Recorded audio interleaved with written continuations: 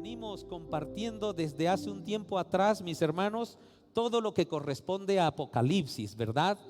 Y hemos aprendido de que el libro de Apocalipsis es una expresión de amor. Muchos dicen, ese libro sí que es grave, ahí está la ira del Señor. Sí, es verdad, ahí está expresada la ira del Señor, pero vamos a entender de que la expresión de amor del Señor está en todo lado, mis hermanos. Hemos visto la revelación de Jesucristo, ¿verdad? La más grande revelación de Jesucristo para que la novia conozca con quién está noviando, ¿cierto? Además, mis hermanos, hemos visto la revelación de la novia. El novio se ha permitido entrar a nuestro corazón afirmando en cada momento: yo conozco tus obras. Es decir, la omnisciencia de Dios, la omnipresencia de Dios es que afirma en cada uno de nosotros: yo conozco tus obras. Nosotros podemos mostrar muchas facetas delante de con quienes nos relacionamos. Yo puedo ser una persona distinta aquí que en mi trabajo. Puedo ser una persona distinta en mi trabajo que con mis amigos. Y el Señor nos afirma y nos dice: yo conozco tus obras. Sé todo lo que haces en todos los momentos. Cuando estás solo, cuando estás acompañado, cuando estás con tu familia, cuando estás en el trabajo, cuando estás con amigos. Conozco todo lo que haces y lo que hablas. Y hemos compartido, mis hermanos, siempre me gusta hacer este recordatorio o poner en nuestras manos cómo estamos avanzando. Y el Cordero, el novio, ha escrito 7 cartas. 7 es el número perfecto de Dios. No hace falta más una carta, ni tampoco debemos disminuir ninguna. Son 7 cartas que el novio escribe a su novia. ¿Para qué? Para revelarla. Yo te invito, mi hermano, de verdad te invito, con todo el cariño de mi corazón, de que si deseas, es posible que hayas asistido a todas las prédicas desde que hemos empezado de Apocalipsis 1. Pero si tienes tiempo, mi hermano, mi hermana, vuélvelas a escuchar. Las tenemos todas las prédicas posteadas en nuestro canal de YouTube. Entonces el novio ha revelado a la novia, porque somos una novia que todavía tenemos manchas y arrugas en nuestra vestimenta.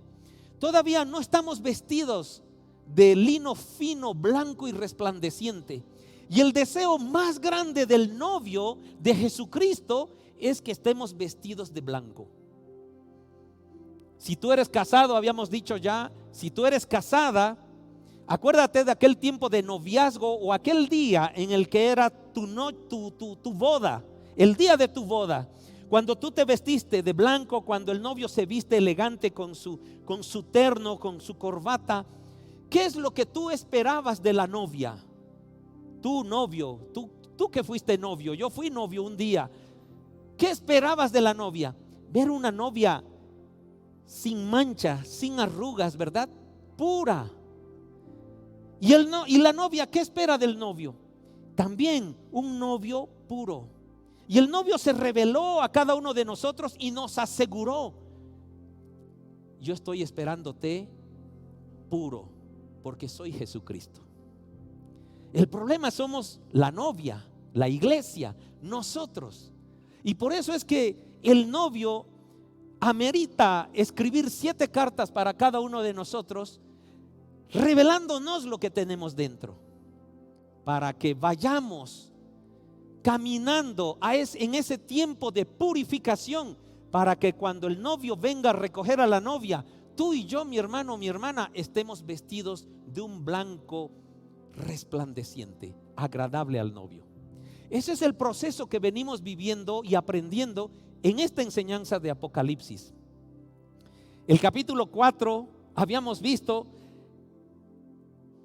que Dios nos revela cómo está preparado el trono en este inicio de una etapa de juicio del Señor. Hemos visto 4 seres vivientes, hemos visto 24 ancianos, hemos visto miles de millones de ángeles, hemos visto a toda la creación alabando al Señor, ¿verdad? Postrándose delante del Padre. Santo, santo, santo es el Señor Dios del universo, el que fue, el que es y el que ha de venir. Es una explosión de alabanza porque está el trono del Señor y a su derecha está sentado el Cordero. Y el Cordero es revelado también en el capítulo 5 de que es el único digno.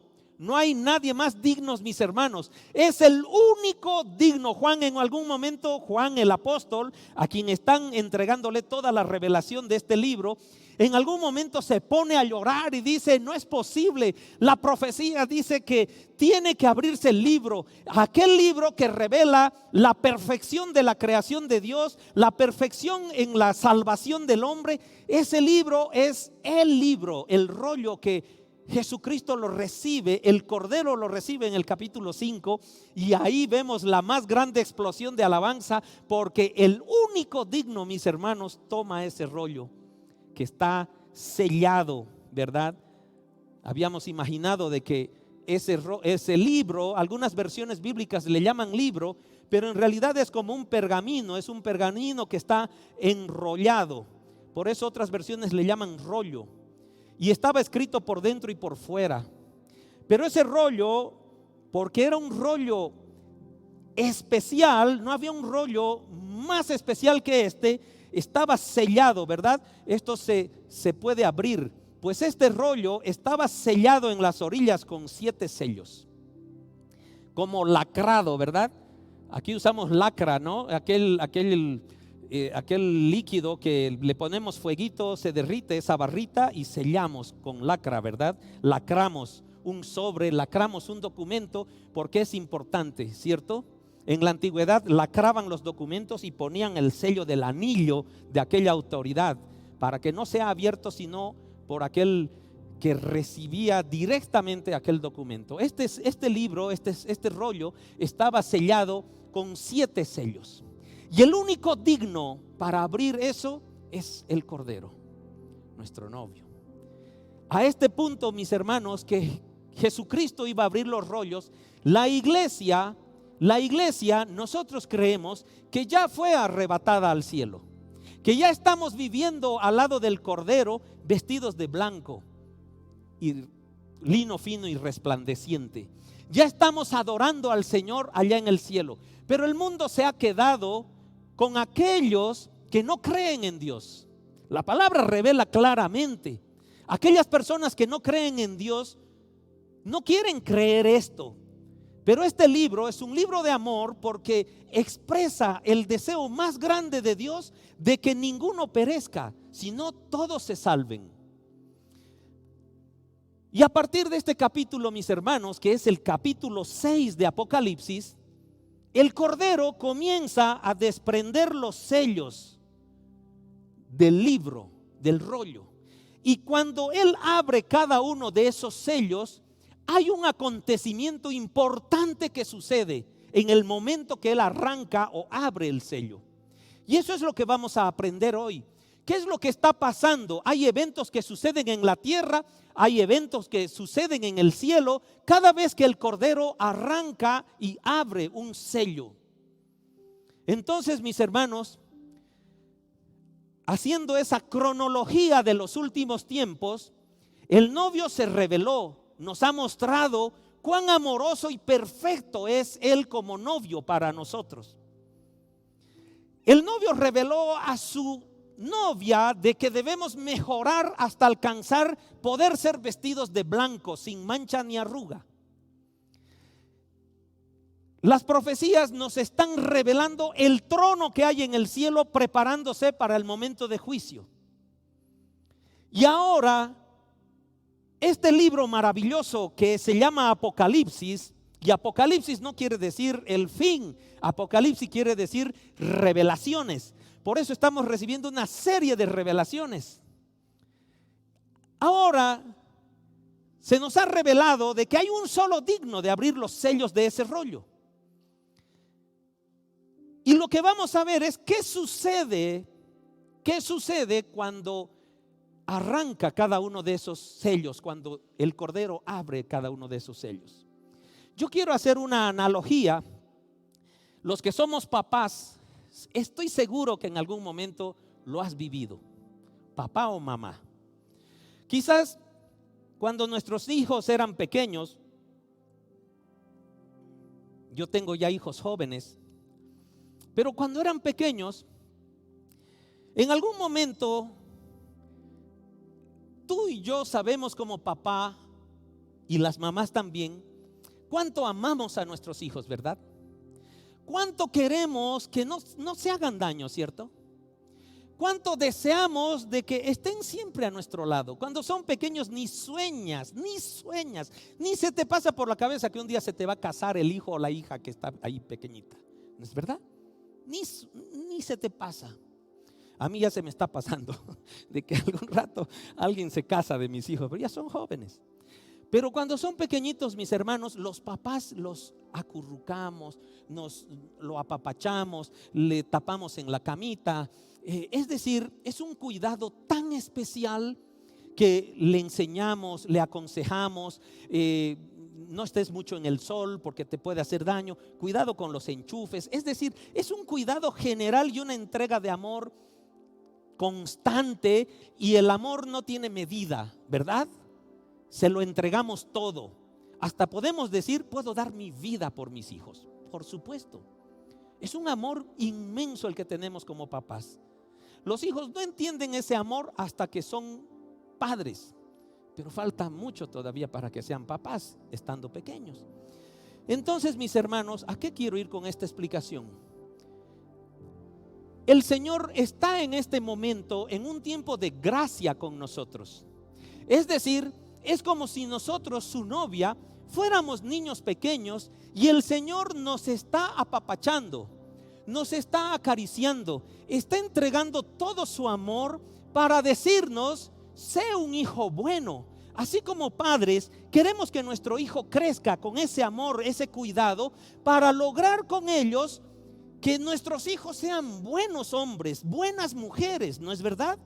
Ese es nuestro propósito, que anden sin enfermarse, que anden sin accidentarse, que caminen sin peligros. Y lo mismo, en esta etapa el Señor, estamos viviendo una época de gracia donde el Señor quiere que no nos dañe nada.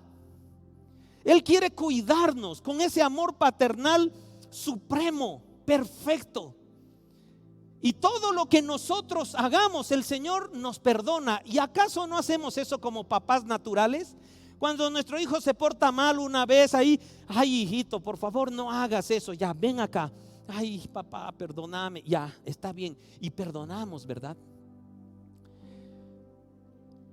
Dios está en esa etapa, en este momento, mis hermanos, mis hermanas. El novio nos ha revelado las cosas que debemos mejorar para ser una novia perfecta para Él. Pero es tan bueno nuestro Dios que Él nos está revelando a partir de ahora, a partir del capítulo 6 de Apocalipsis, nos comienza a revelar qué es lo que Dios va a hacer con aquellos niños caprichosos que no obedecen.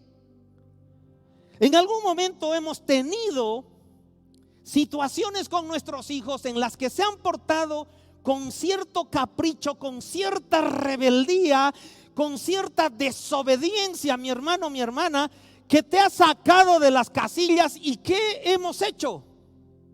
Hemos castigado a nuestro hijo. Hemos disciplinado a nuestros hijos. Y el Señor dice: yo te disciplino porque te amo. Y nosotros actuamos en esa misma dirección. Es decir, yo disciplino a mi hijo porque lo amo. Yo no puedo permitir como papá o mamá que me haga cualquier fechoría y yo la acepte y le sobe la espalda. ¿No es verdad? En algún momento tengo que hablar fuerte si esa rebeldía es frecuente, si esa rebeldía es permanente, si esa desobediencia ya saca de las casillas a los papás y el papá dice: suficiente. Agarra el cinturón, vamos al dormitorio y castiga. Yo he llegado a esos puntos con mis hijos. Y estoy seguro que tú también, porque son necesarios en algún momento. Queridos, Dios, vuelvo a repetir, quiero que me entiendan esto. Dios ahorita está con nosotros, apapachándonos. Tenemos tiempo de cambiar, de seguir creciendo como hijos buenos, como hijos que Dios quiere que seamos en el futuro hombres de bien, que tengamos salvación, que estemos seguros que nos vamos a salvar. Pero estamos también seguros, como vemos también alrededor, te ha tocado ver seguramente algún hijito de algún familiar o algún vecino o algún amigo que decimos: oye, ese chiquito es insoportable, hace renegar a sus papás, le dieron la mano y se agarró del hombro. Es cierto, ¿verdad? En algún momento hemos apreciado ese tipo de niños y hemos sentido como que, gracias a Dios, mis hijos no son así. Queridos, Dios está haciendo todo lo posible para que nosotros no seamos esos niños caprichosos, rebeldes, desobedientes. Pero como Dios es justo, mis hermanos, mis hermanas, como Dios es justo, también el Señor nos revela qué va a hacer con aquellos niños insoportables, rebeldes, desobedientes y que negaron a su padre. Porque quizás este mensaje te puede estar llegando a tiempo antes que se terminen los tiempos de esta era. Dios es justo. Y miren qué justo es de decirnos: si tú te mantienes en esa incredulidad de mí, que yo he sido el que te he creado, yo he sido el que he decidido que nazcas, yo soy el que bendice tu vida, y aún así tú te declaras ateo, tú te declaras que no creo en Dios, o tú dices con tu boca: no, la Biblia no, o sea, yo voy a creer en Dios a mi manera. Querido, no es así. No estamos para creer en Dios a nuestra manera, estamos para creer en Dios a la manera de Dios. Entonces, mis hermanos, Dios está también revelándonos antes que pase qué es lo que Él va a hacer con estos niños caprichosos, que dicen que no hay Dios, que desobedecen, que se rebelan, y por eso es un Dios justo. Así como nosotros, ¿cuántas veces a mis hijos en algún momento de ese capricho, de esa rebeldía, he conversado con ellos y les he dicho: ¿sabes qué? Me vuelves a hacer esto otra vez y te prometo que te voy a castigar el doble de lo que he hecho hoy. ¿Y eso por qué? ¿Es porque lo odio? No, es porque lo amo. Y como padre no puedo permitir que me haga semejante nivel de berrinche. Dios nos está advirtiendo de lo mismo. Dios nos está diciendo: yo no voy a aguantar, hijo mío, ese nivel de berrinche después de este tiempo. Y hay una línea. Y la línea, la palabra del Señor nos la está mostrando, que ya estamos llegando a la línea. Nadie sabe el día ni la hora, pero los eventos mundiales que están pasando están coincidiendo perfectamente con lo que dice la Biblia que va a pasar cuando estemos cerca de la línea. Y Dios, por eso en este momento estamos a unos, hablando en tiempo, a unos quizá menos de un minuto de llegar a esa línea. De todo el tiempo que tiene la tierra y la humanidad, estamos a unos minutos. O sea, hemos vivido horas. La humanidad tiene horas en este reloj celestial y estamos a menos de un minuto, a segundos de esta línea. Y Dios nos dice: no ha llegado la línea, aún puedes cambiar. Pero te advierto, hijo mío, que si llegas a la línea y no has cambiado, esto viene. Has mantenido tu capricho, has mantenido tu desobediencia, has mantenido tu rebeldía. Entonces, como papá, es justo que yo te avise qué es lo que viene después de esta línea. Queridos, esta prédica titula 6 sellos abiertos. 6 sellos abiertos. Son 7 sellos que tiene este libro, pero en este capítulo 6 se abren 6 sellos. Vamos con los versos 1 y 2, por favor. Entonces, Juan empieza a describir la primera parte de lo que pasa después de esta línea. Mientras miraba, dice Juan está contando esto, Juan el apóstol, mientras miraba, el cordero, el novio, ¿verdad? El único digno, rompió el primero de los 7 sellos. Queridos, era la mayor expectativa que había ahí en el trono de Dios. ¿Qué es lo que iba a pasar después que el cordero rompa el primer sello? Rompió el primero de los 7 sellos que había en el rollo. Entonces oí que uno de los 4 seres vivientes decía con voz de trueno. Imagínense una voz de trueno: ven. Ya habíamos dicho que los 4 seres vivientes es la representación de la creación en el cielo, allá en el trono. Y uno de ellos, no dice quién, cuál de los 4, dice con voz de trueno: ven.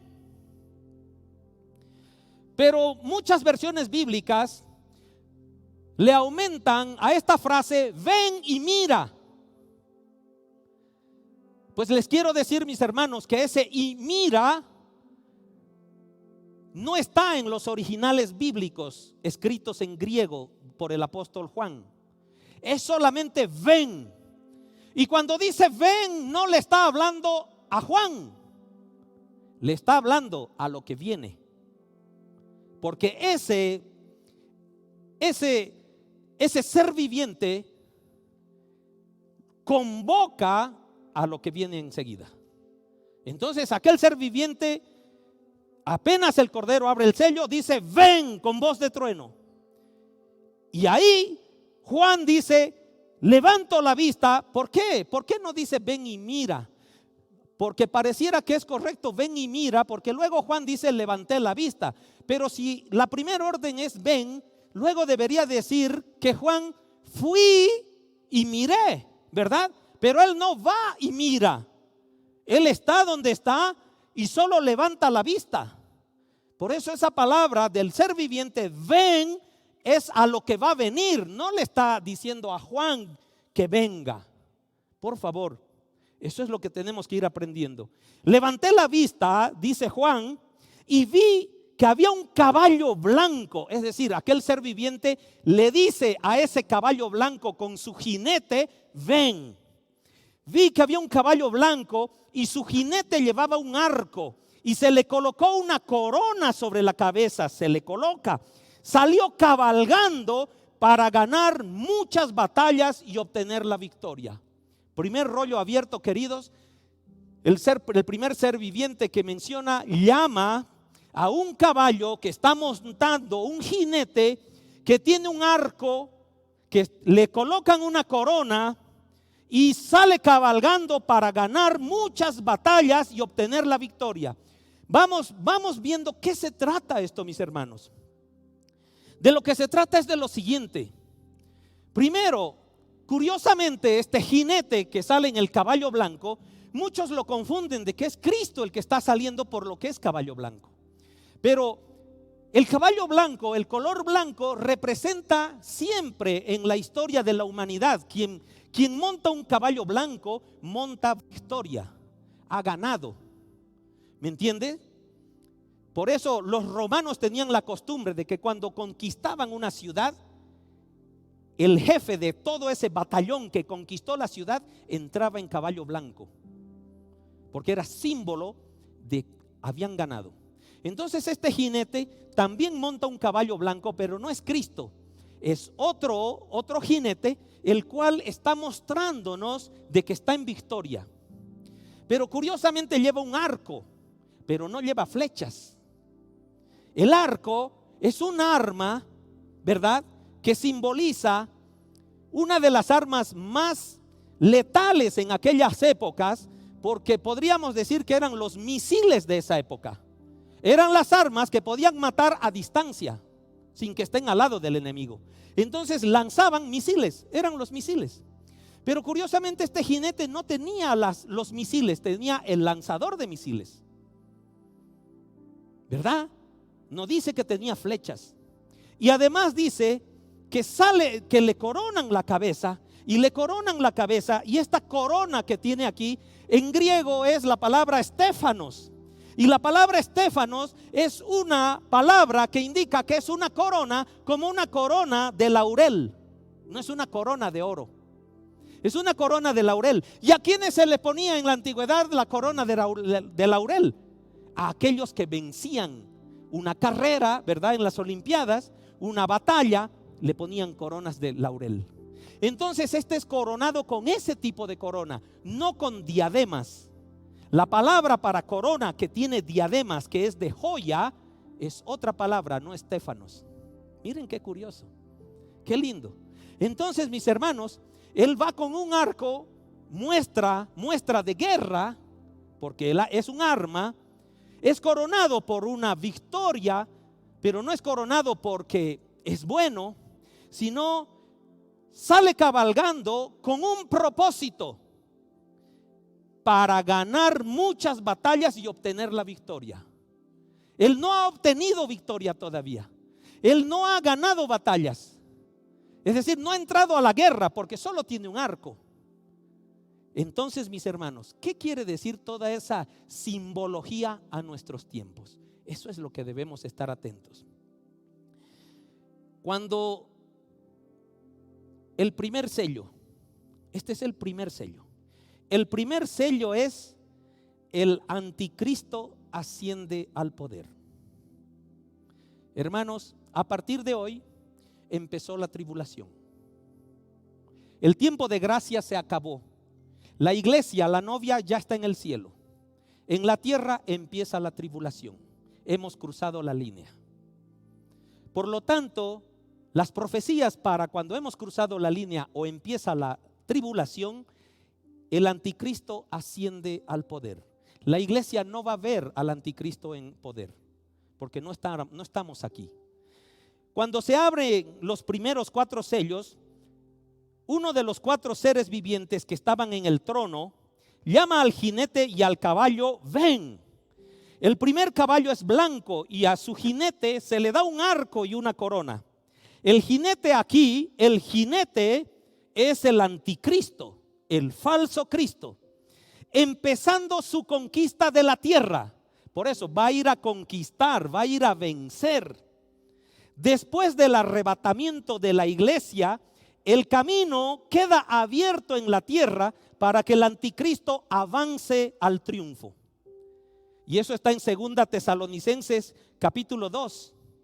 Habrá temporalmente una falsa paz. Por eso no tiene flechas, pero tiene un arma, ¿verdad? Habrá temporalmente una falsa paz, porque él unirá a toda Europa y hará un pacto con Israel. Este pasaje es paralelo a Mateo 24:5, cuando los apóstoles le preguntan a Jesucristo: cuéntanos, ¿cuándo vendrán estos tiempos finales? Y Jesucristo en Mateo 24 comienza a revelarles esto. Entonces, mis hermanos, es la aparición del anticristo. ¿Cuánto dura la tribulación? 7 años. 7 años de los que vivimos ahora. Ese es el tiempo. Y hemos pasado la línea. Esto es lo que ocurre al inicio de la tribulación. El anticristo comienza a gobernar. Se hace una paz en el mundo. Por eso todo el mundo que se ha quedado, que son los niños caprichosos, los que han dicho: yo no creo en Dios, que esto no me gusta, que esto, han rebelado contra Dios, se han quedado. Y esto es lo que ellos van a vivir. El anticristo surge con poder y establece una paz. Parece duradera, pero no lo es. Versos 3. Cuando el Cordero rompió el segundo sello, oí que el segundo ser viviente decía: ven. Nuevamente llama al caballo y al jinete: ven. Entonces, cuenta Juan, apareció otro caballo de color rojo. El primero era blanco, símbolo de victoria. El segundo era rojo. Al jinete se le dio una gran espada y la autoridad para quitar la paz de la tierra. Y hubo guerra y masacre por todas partes. Queridos, el mismo color del caballo ya denota cuál es su misión. Rojo, el caballo es rojo. Aquellos caballos colorados, ¿verdad? Que conocemos, algún rato hemos visto. Un caballo de ese color, y el jinete lo montaba, y el color nos está anunciando que va a haber derramamiento de sangre. Además que el jinete va con espada. Una espada ya está lista para atacar a cualquier enemigo. Ya no es un arco sin flechas. Además, se le dio la potestad de quitar la paz del mundo. ¿Y qué quiere decir quitar la paz del mundo? Empezaron las guerras. Entonces el mundo está comenzando, la paz duradera que prometió el anticristo, que está gobernando el mundo, se rompe. Aquella paz firmada fue un engaño del anticristo para apaciguar a Israel. Porque Israel se convierte en el país que todo el mundo lo ve para conquistar. La capital mundial de la tribulación se llama Jerusalén. ¿Ok? Entonces, esta paz mundial que estableció el anticristo con el primer caballo no dura mucho, porque mientras los hombres digan paz y seguridad, estallarán terribles guerras. Esto es paralelo a Mateo 24, 6, 7. Rojo es un color asociado con el terror, con la sangre y con la carne cruda. Nótese que Dios le da al anticristo autoridad para quitar la paz de la tierra. Esto es una parte del plan divino. El anticristo cambia su arco sin flechas por una gran espada, y los hombres empiezan a matarse unos a otros. Esto indica claramente que los métodos de acuerdos internacionales aquí en la tierra y la diplomacia no producen paz duradera. Eso es lo que está pasando acá. Queridos, no hemos pasado la línea. Hay tiempo para no vivir esto. Ese es el mensaje de amor del Señor. Hijo mío, no quiero que vivas esto. Por eso te lo estoy revelando antes de que lleguemos a la línea. ¿Me entienden? Por eso es que Apocalipsis es un mensaje de amor. De amor. Porque a pesar de todos estos eventos, Dios está esperando que sus hijos se conviertan después de esta línea.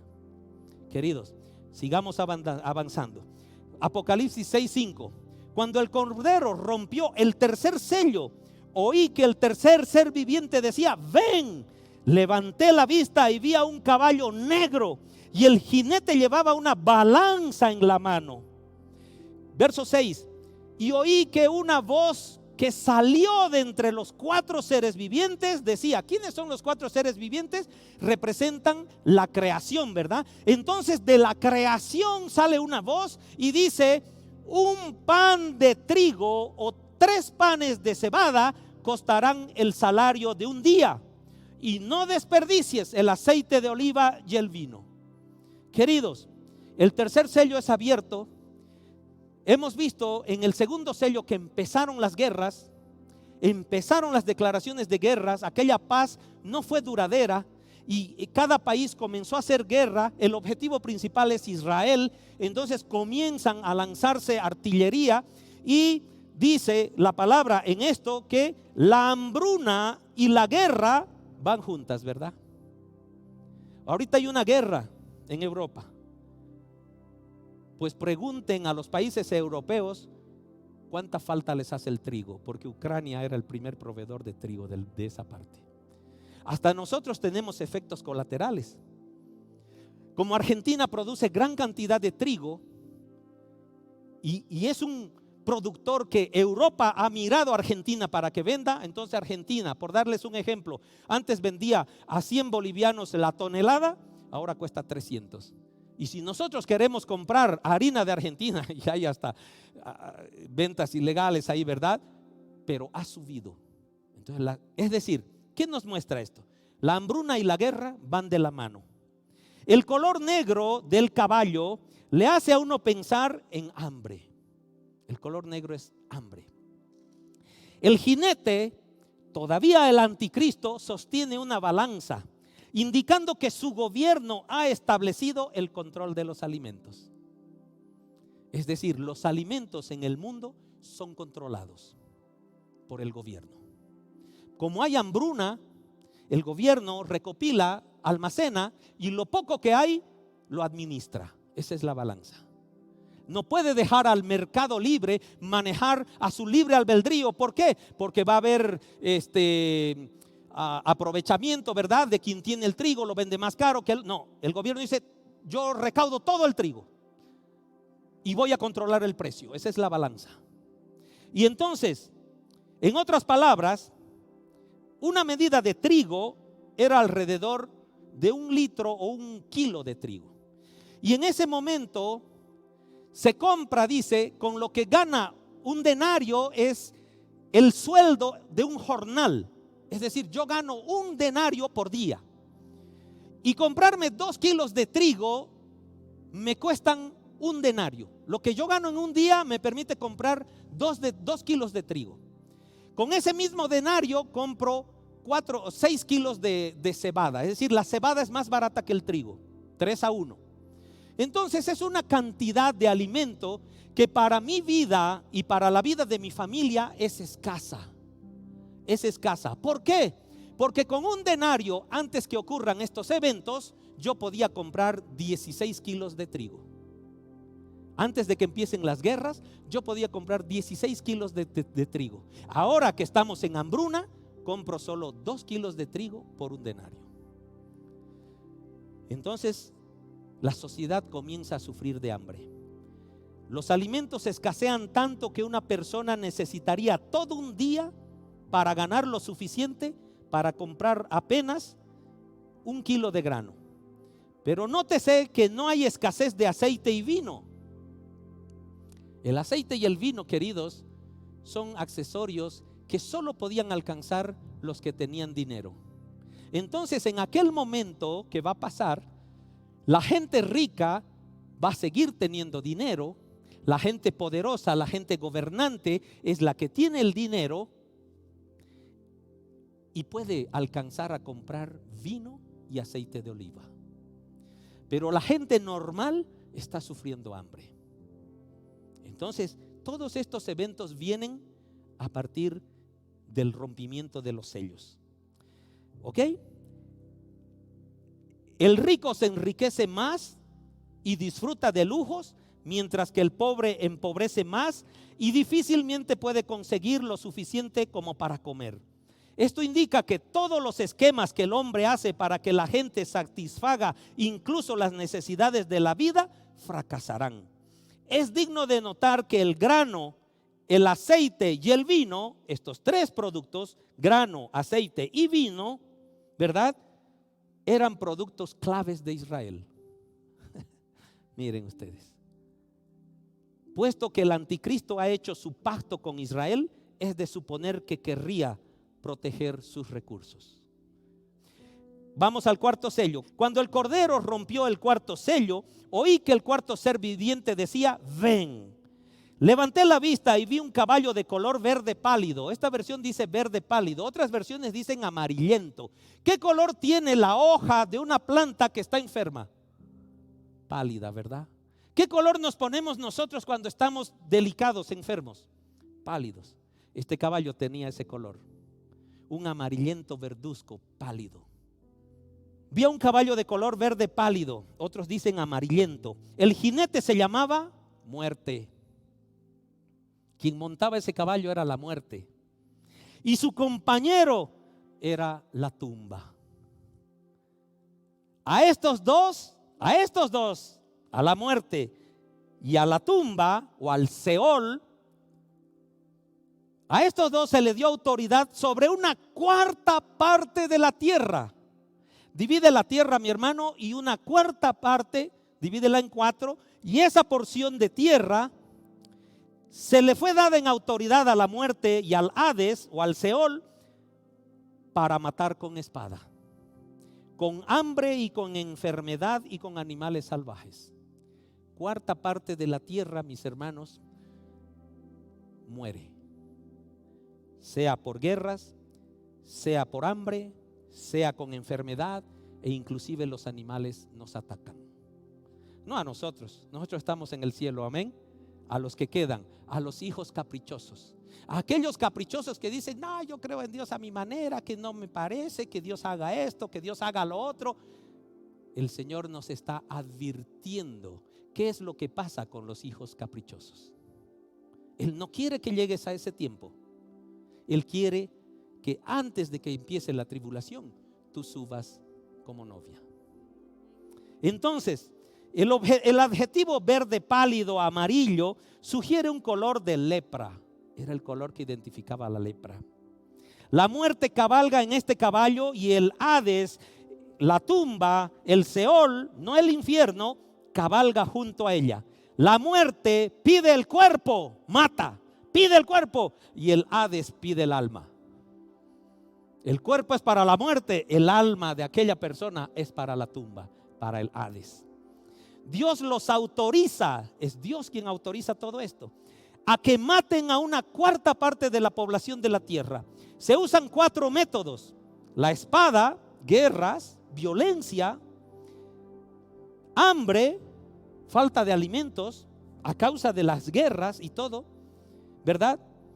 Muerte o pestilencia por causas de enfermedades. Seguramente los muertos ya ni pueden ser enterrados, así como hemos vivido COVID, ¿verdad? En algún momento. Producen otro tipo de enfermedades, pandemias, epidemias, enfermedades que acompañan a la guerra y al hambre. Y las bestias, la naturaleza se adueña de todo cuanto la civilización desbarata. Incluso las bestias salvajes padecerán hambre y atacarán a los seres humanos. Después que la iglesia ha sido llevada al cielo, qué terribles juicios esperan al mundo que rechaza a Cristo. Revelaciones de Dios, mis hermanos. Sigamos. Verso 9. Cuando el Cordero rompió el 5º sello, vi debajo del altar, está en el cielo Juan, en espíritu, ¿verdad? Le están mostrando revelaciones. Juan, qué privilegio, ¿verdad? Pero tenía que acordarse de escribir todo. Cuando el Cordero rompió el 5º sello, vi, dice Juan, debajo del altar había un trono, el trono de Dios, ¿cierto? Y había un altar, porque era el tabernáculo en el cielo. Y todo tabernáculo de Dios existe un altar, el altar de reconciliación. Entonces dice, rompió el 5º sello y vi debajo del altar almas. No son cuerpos transformados todavía, son almas. De todos los que habían muerto como mártires. Investigué un poco qué quiere decir morir como mártir. Pues la manera de cómo muere un mártir es asesinado en un momento con alevosía y premeditación, y llegaban a degollarlo. O sea, estos mártires habían muerto degollados, asesinados. Y las almas de estos mártires que habían muerto en la tierra, pero pastor, si la iglesia ya fue, este fue un hijo rebelde que se quedó para la tribulación, pero en el tiempo que el anticristo gobierna, que vinieron las guerras, vinieron las pestes, se convirtió a Cristo.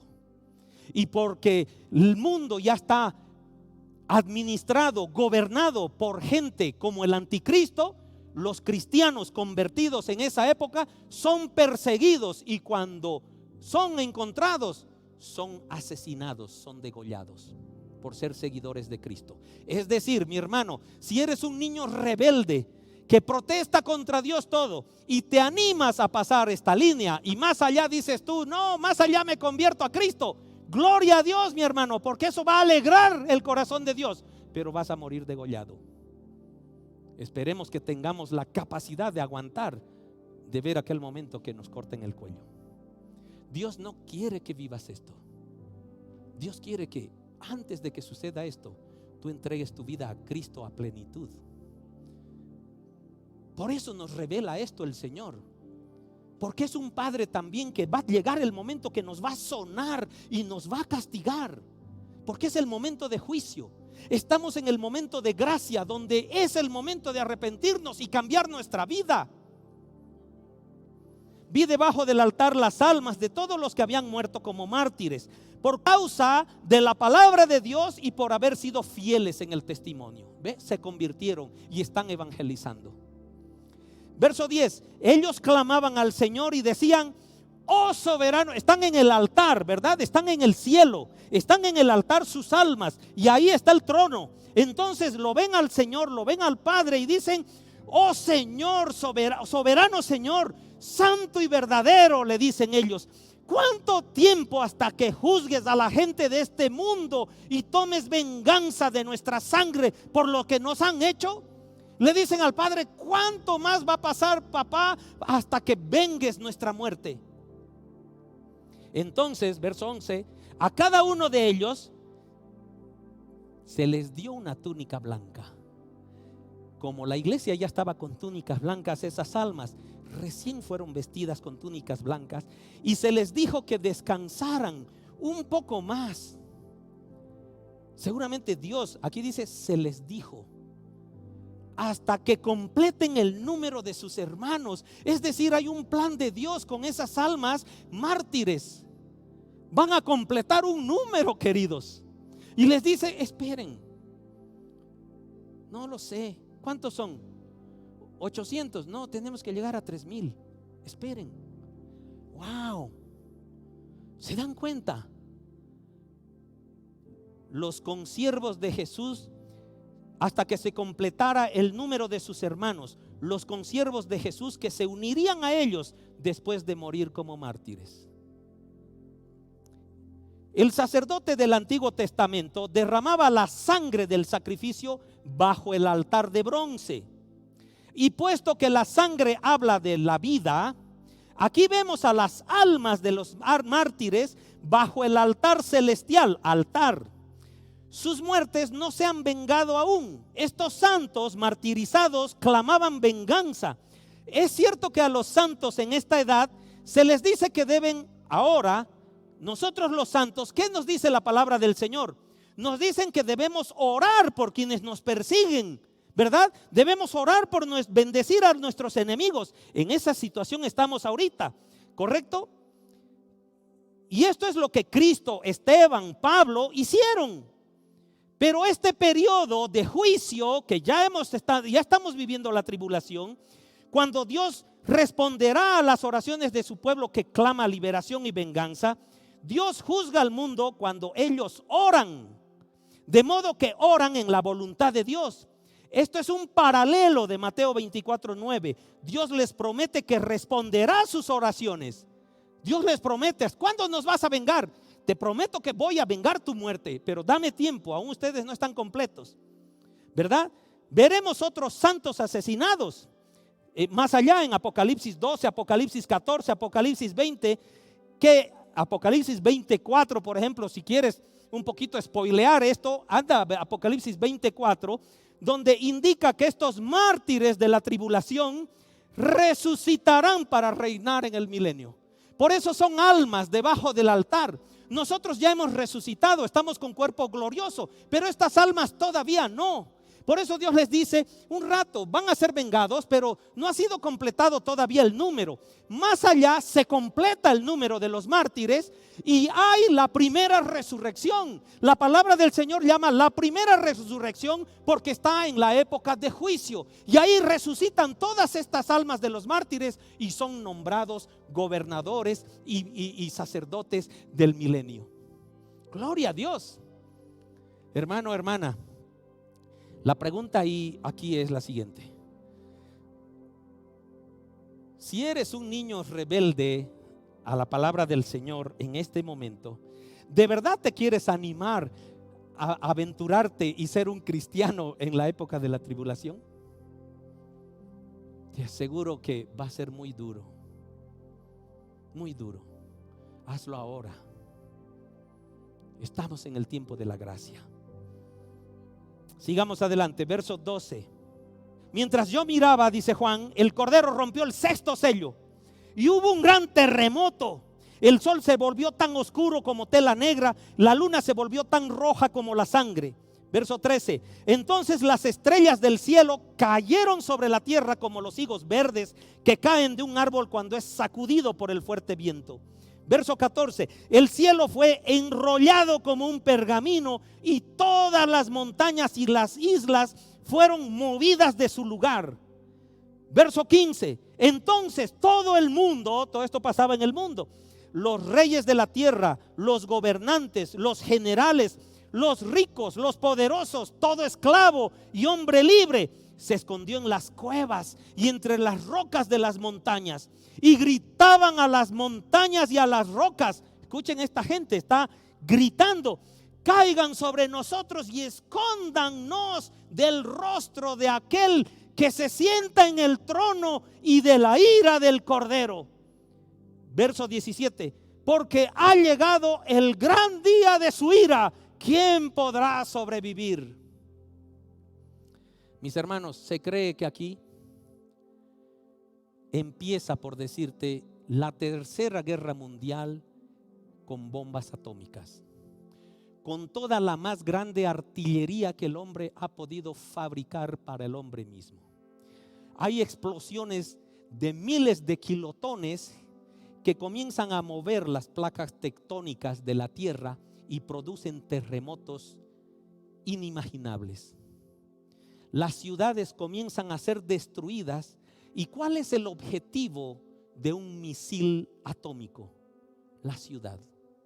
Por eso es que toda la gente, aquí habla de toda la gente, escapa a las montañas, escapa a las cuevas, porque a la montaña no van a tirarle un misil atómico quizás. Los misiles atómicos están cayendo en las ciudades, como vemos ahora, ¿verdad? Por lo menos la prensa nos muestra a Ucrania totalmente destruida y partes civiles que dan mucha pena. Rusia no escatima esfuerzos, por lo menos así nos muestra la prensa.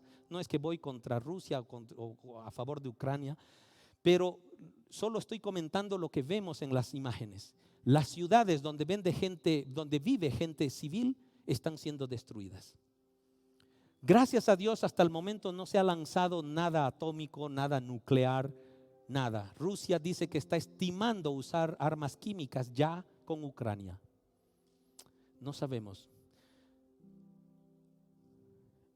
En este sexto sello se estima que toda la artillería humana para matar hombres fue usada. Por eso las placas tectónicas con tanto kilotonaje de TNT se mueven. Quizás muchos dicen que inclusive la tierra se mueve de su eje. Lo que nos habla claramente es de que la gente, no importa la clase económica que sea, se esconde en los cerros, en las cuevas, ya no en las ciudades. Y el punto álgido aquí, mis hermanos, es de que esa gente, a pesar de semejante barbaridad que Dios está permitiendo que se viva en la tierra, no se arrepiente.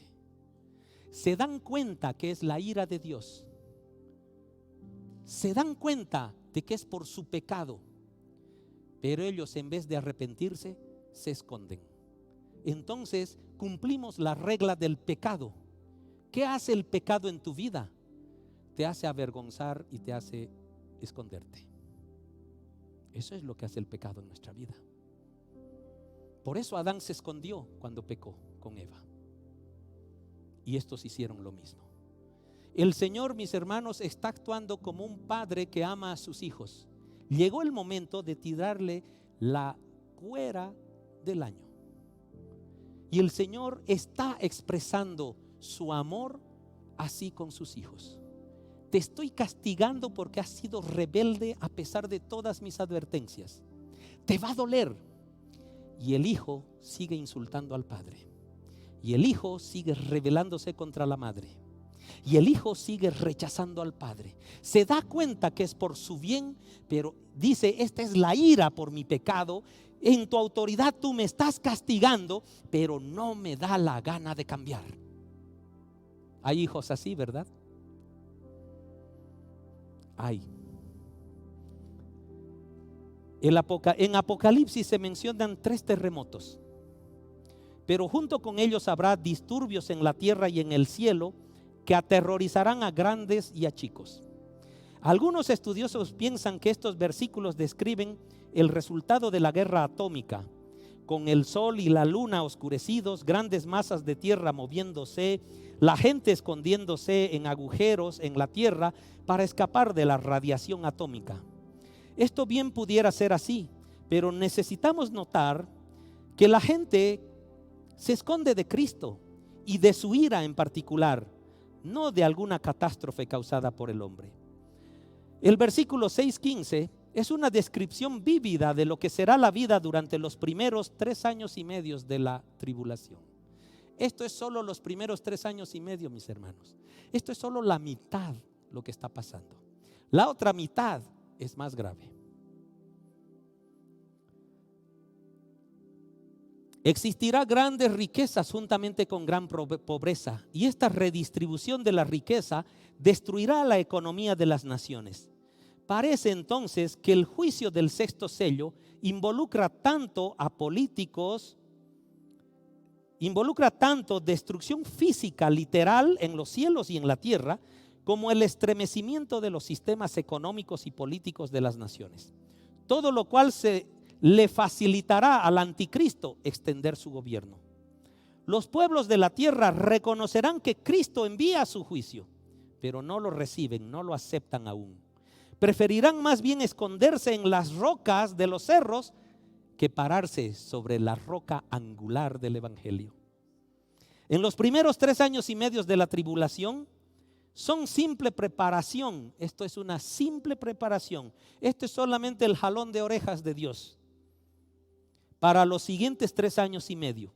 Y este periodo posterior de los 3 años y medio se conoce como la ira de Dios. Hay una pausa, sin embargo, entre el sexto y el séptimo sello. Por eso esta mañana llegamos solo hasta el sexto. Así como también lo habrá entre la sexta y la séptima trompeta, para que veamos a los 2 grupos de redimidos que serán salvos durante el periodo de la tribulación. Hay gente que se salva. Entonces, mis hermanos, esta cronología en algún momento la leí y fue así.